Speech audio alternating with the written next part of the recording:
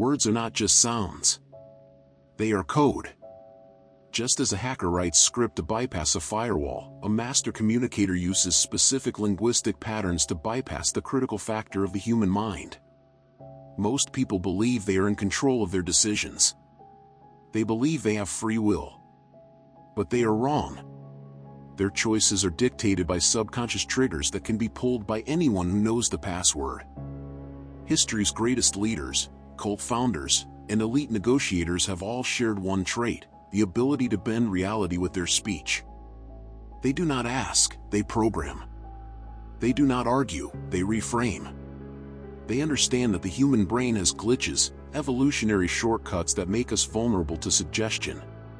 Today, we are going to give you the root access to these shortcuts. We are going to deconstruct the 7 most powerful verbal techniques used in dark psychology. These are specific phrases and sentence structures designed to disarm resistance, manufacture compliance, and plant ideas in someone else's heads so deep they will think it was their own thought. Welcome back to the archive. Welcome to Cobalt State X. The first technique is called the double bind, or the illusion of choice. The human brain hates being told what to do. If you say, eat your dinner to a child, or sign the contract to a client, their instinctive reaction is resistance. They feel their autonomy is being threatened. They want to say no just to prove they are free. To bypass this, you must never give an order. You must offer 2 choices, both of which lead to your desired outcome. This is the double bind. Instead of saying, meeting is on Tuesday, you say, would Tuesday at 3 p.m. work for you, or is Thursday morning better? Note what happened there. The option of not meeting was removed from the table. Their brain immediately switches from should I meet him, to which time is better. They feel empowered because they get to choose. But in reality, you have already won. You controlled the frame. You constructed a reality where the meeting is inevitable, the only variable is the time. Use this in dating, business, or casual influence. Never ask a yes or no question if you can't afford a no. Always offer choice A or choice B. The second phrase leverages a concept known as the "but you are free" technique. This is backed by over 42 distinct psychological studies. It is arguably the most effective compliance gainer in existence. When you need someone to do something big, donate money, stay late at work, or forgive a mistake, you must explicitly state their freedom to refuse. The phrase is simple: I need you to do this favor, but of course, you are free to say no. Or, I recommend this path, but it is completely your call. Why does this work? Because when you remind someone of their freedom, you disarm their defense mechanism. You remove the pressure. Paradoxically, when people feel they are not being forced, they become twice as likely to say yes. They want to be helpful, not obedient. By granting them autonomy, you trigger their obligation. Use this carefully. It effectively doubles your persuasion success rate in face-to-face interactions. The third technique is the Zeigarnik Loop, or the information gap. The human mind creates a psychological tension when a story or a piece of information is incomplete. We crave closure. We need to know how it ends. This is why you binge-watch TV shows. They end on a cliffhanger. You can weaponize this in conversation to create obsession. If you want someone to think about you all day, do not tell them everything. Say this: I realized something important about you today. Actually, never mind. I'll tell you later. That sentence is a virus. You have opened a loop in their mind. They will ask you to tell them now. You must refuse. No, it's not the right time. Now, you are living in their head rent-free. Their brain will loop that sentence over and over, trying to guess what you realized. They will text you. They will call you. You have artificially created high value in scarcity. Use this sparingly, or you will seem manipulative. Use it strategically, and you become addictive. The fourth pattern is called labeling, a technique popularized by FBI hostage negotiators. When someone is angry, defensive, or emotional, logic does not work. You cannot argue with an emotional brain. You must deactivate the amygdala, the fear center. You do this by labeling their emotion with a specific phrase, "it seems like," or "it sounds like." If someone is screaming at you, do not say "calm down." That never works. Say, "It seems like you are very frustrated with how this was handled." Or, "It sounds like you feel you were treated unfairly." When you label a person's negative emotion, two things happen.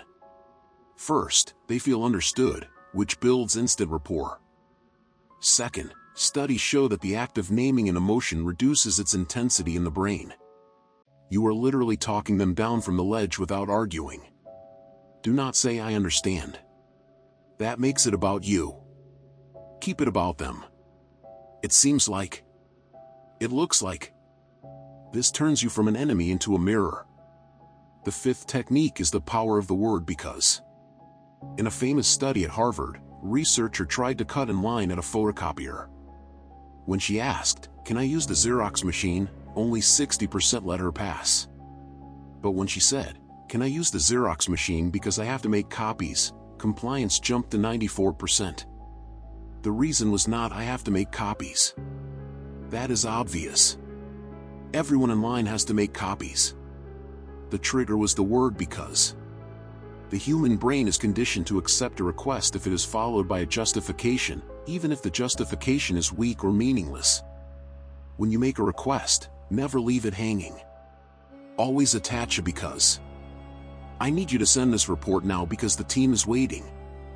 "We should go to this restaurant because the reviews are good." The "because" acts as a bridge that carries the brain from skepticism to acceptance.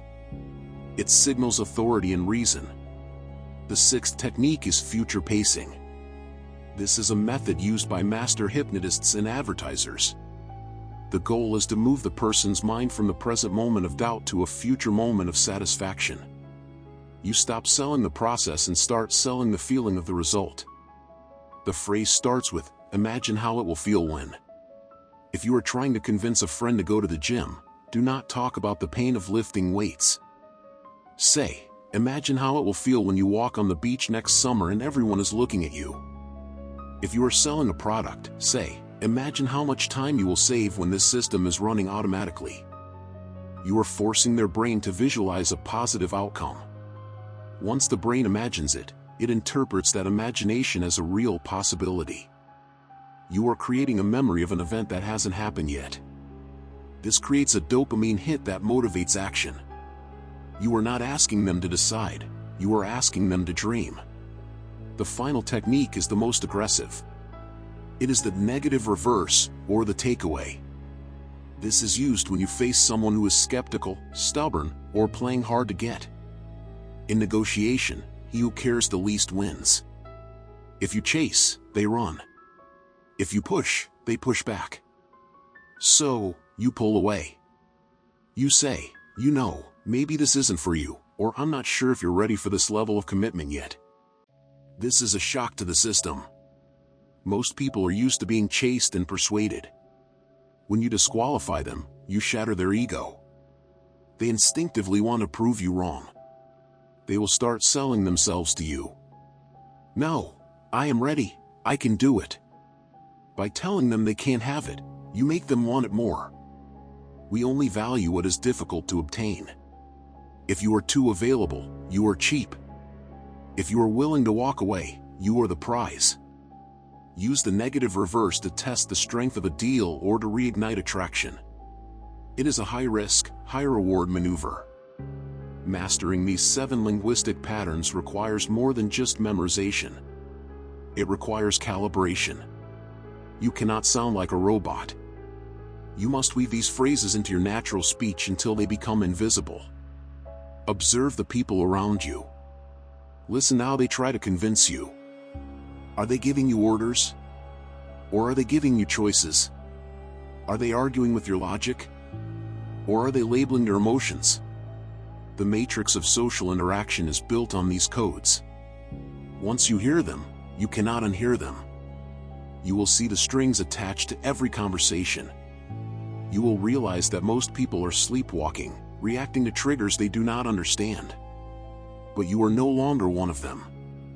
You now hold the keys to the back door of the human mind.